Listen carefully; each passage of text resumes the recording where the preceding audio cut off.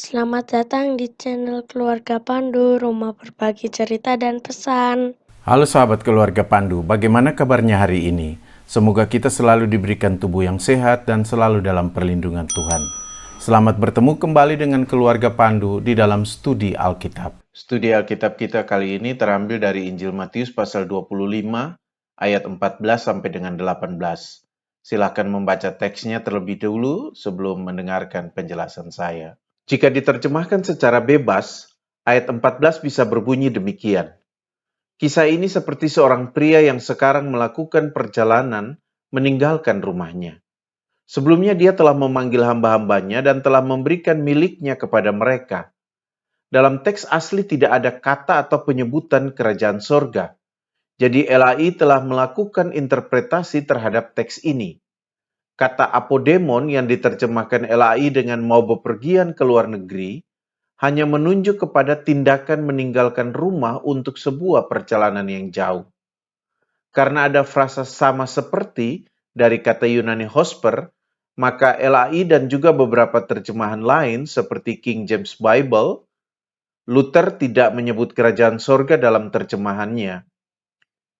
Terjemahan-terjemahan ini menginterpretasi atau menambahkan kerajaan sorga pada kata sama seperti ini. Sementara itu, kata memanggil dalam ayat 14 ini diterjemahkan dari kata Yunani ekalesen, dari kata kaleo.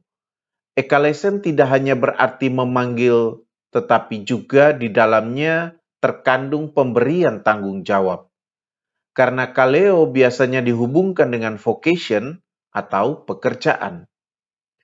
Penyebutan hamba-hambanya ini menunjukkan bahwa orang yang memberi tanggung jawab kepada mereka bukan hanya memiliki relasi khusus dengan hamba-hambanya itu, tetapi juga mengenal mereka dengan baik. Sementara itu, kata mempercayakan dalam ayat 14 ini diterjemahkan LAI dari kata Yunani paredoken, dari parodidomi.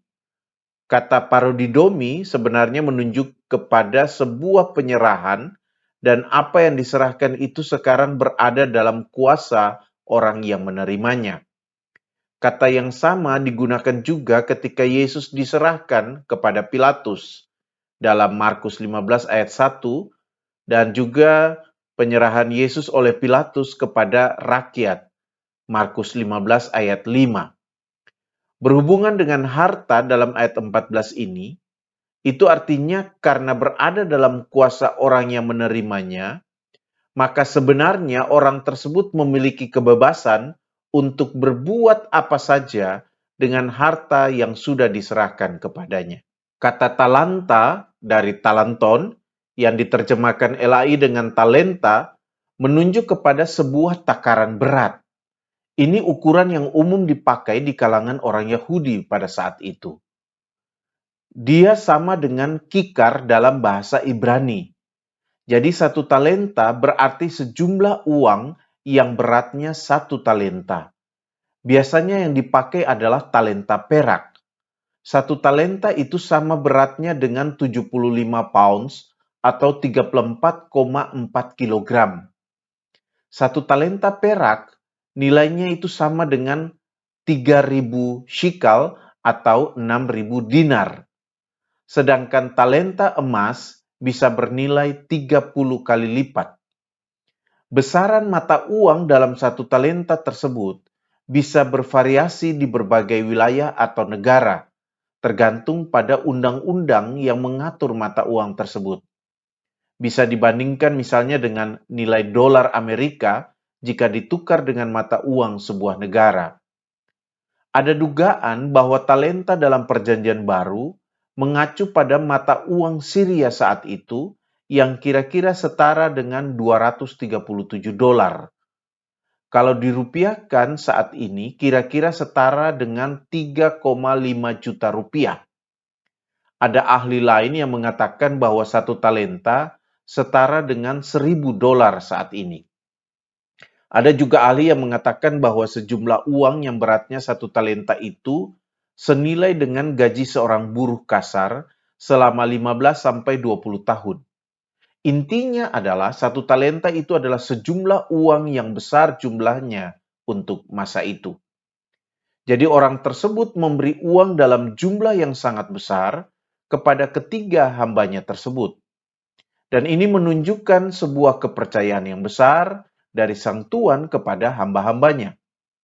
Kata diberikannya dalam ayat 15 diterjemahkan LAI dari kata Yunani edoken, dari kata didomi. Itu berarti bahwa pemberian ini adalah pemberian sesuai dengan kehendak hati dari si pemberi. Ini adalah anugerah. Narasi mengatakan bahwa pemberian ini disesuaikan dengan kesanggupan dari setiap hamba. LAI menerjemahkan kesanggupan dari kata Yunani dunamin, dari kata dunamis. Kata dunamis ini memang menunjuk kepada kemampuan atau kompetensi yang pada dasarnya berhubungan dengan kemampuan seseorang untuk melakukan sesuatu. Karena itu, ada yang diberikan 5 talenta, yang satu lagi diberikan 2, dan yang lain diberikan 1 talenta. Penyebutan sesuai dengan kesanggupannya menunjukkan bahwa sang tuan mengenal dengan baik hamba-hambanya. Jadi meskipun ini adalah sebuah didomi atau anugerah, tetapi itu disesuaikan dengan kesanggupannya masing-masing. Bagian akhir dari ayat 15 mengulangi dan menegaskan bagian awal dari ayat 14, yaitu bahwa pembagian talenta ini terjadi sebelum kepergian sang tuan. Meskipun sama-sama mendapat anugerah dari sang tuan, tetapi sikap para hamba dalam merespons anugerah sang tuan berbeda. Dua hamba menunjukkan sikap yang sama, sedangkan hamba yang lain menunjukkan sikap berbeda.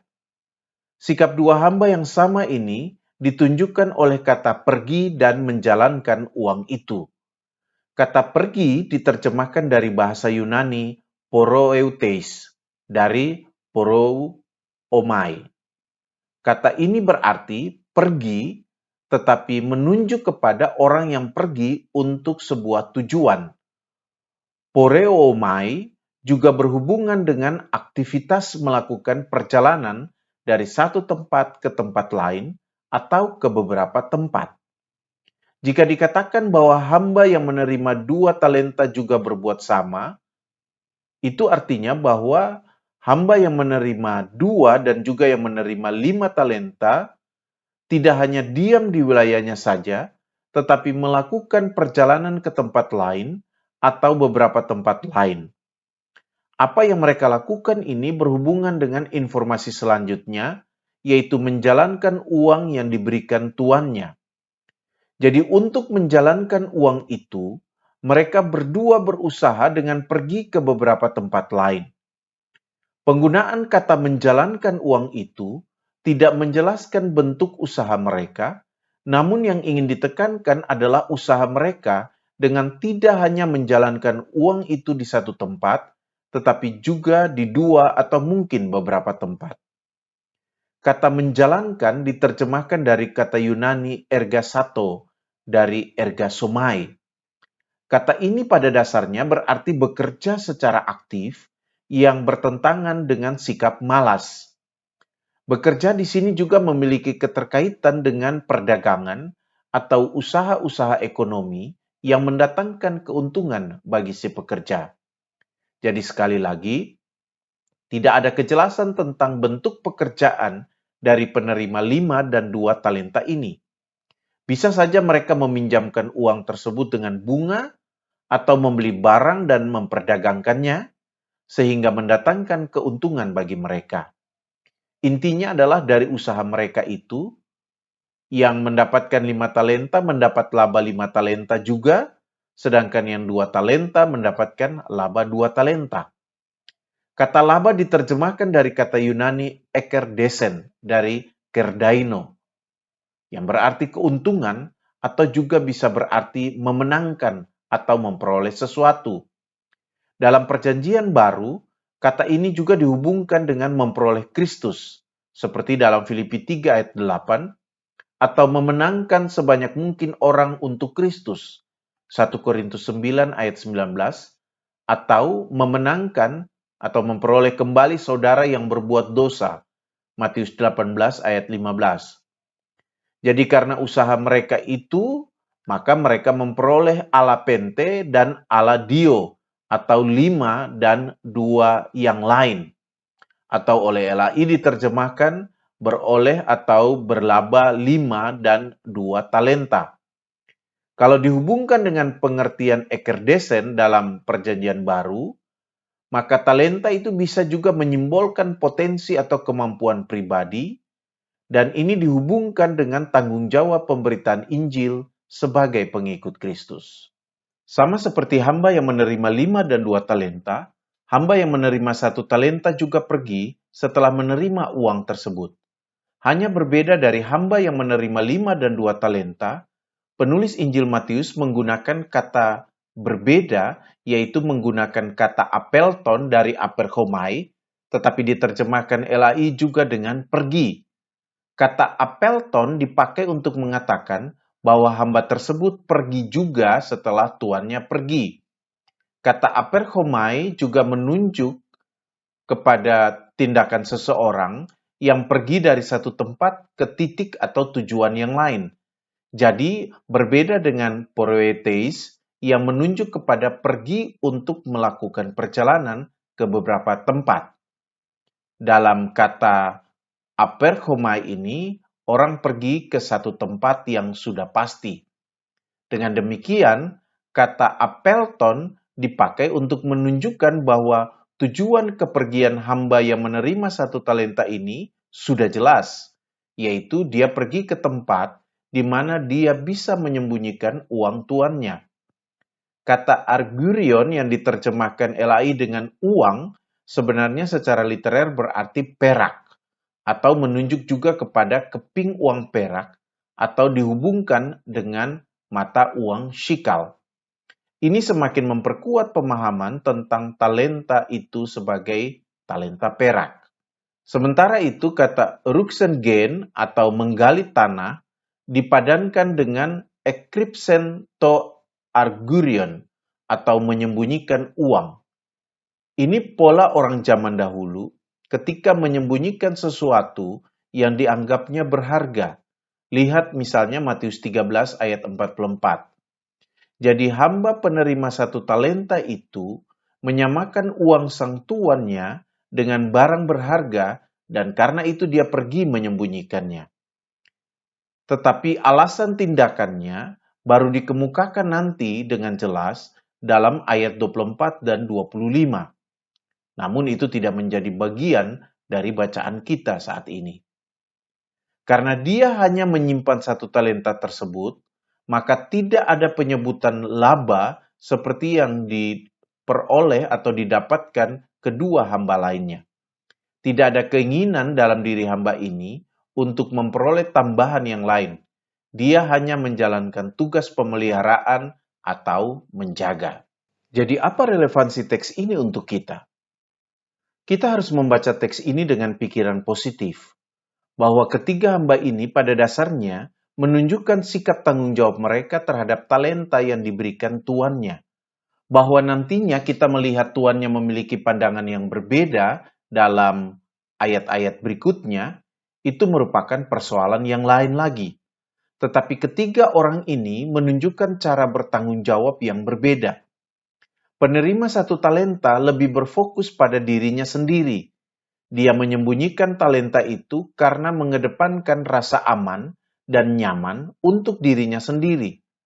Kedua hamba penerima 5 dan 2 talenta lebih berorientasi pada memberikan rasa senang pada sang tuan. Karena itu mereka mengupayakan penambahan pada talenta yang ada. Kita yang membaca teks ini saat ini, karena sudah tahu jalan ceritanya, kita bisa dengan mudah menolak atau tidak setuju dengan sikap penerima 1 talenta. Tapi seandainya kita yang ada pada saat itu, dalam posisi ketiga hamba ini, atau secara khusus dengan hamba penerima 1 talenta, kita juga akan menunjukkan sikap yang berbeda-beda. Bukankah dalam gereja, orang juga seringkali hanya mencari rasa aman saja? Kalau tidak ada yang bertambah dari apa yang dimiliki gereja saat ini, ya tidak apa-apa. Yang penting tidak berkurang. tidak menambah jemaat baru, juga tidak apa-apa. Yang penting tidak ada yang meninggalkan gereja. Bukankah itu cara berpikir banyak orang dalam gereja saat ini juga? Dalam perspektif bacaan ini saja, Matius 25 ayat 14-18 ini, sebuah pikiran positif bisa dibangun bahwa tidak semua orang harus memiliki kemampuan yang sama seperti penerima 5 dan 2 talenta. Dan tidak harus semua dilihat dari kacamata laba. Kalau talenta itu adalah sebuah bakat atau kemampuan, yang paling utama adalah janganlah sampai kehilangan bakat atau kemampuan tersebut. Kalau bisa dikembangkan tentu akan lebih baik. Tetapi tidak semua memiliki kemampuan yang sama untuk bisa mengembangkan apa yang ada pada dirinya. Namun, memendam di dalam tanah bisa juga memberi perspektif kurang positif, kalau tidak mau dibilang negatif.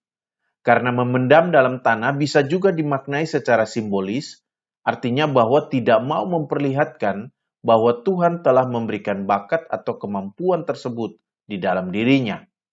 Pola seperti ini biasanya ada dalam diri orang yang minder, kurang percaya diri, yang kalau diminta untuk menunjukkan bakat atau potensinya, selalu direspons dengan mengatakan tidak atau tidak bisa, dan juga karena tidak mau repot. Kalau kita membaca ketiga sikap hamba ini dengan pikiran yang positif, maka kita akan menemukan realitas kita sebagai gereja di dalam kehidupan bergereja saat ini, dan kita tidak akan cepat menghakimi satu dengan yang lain. Selamat melanjutkan studi terhadap teks ini.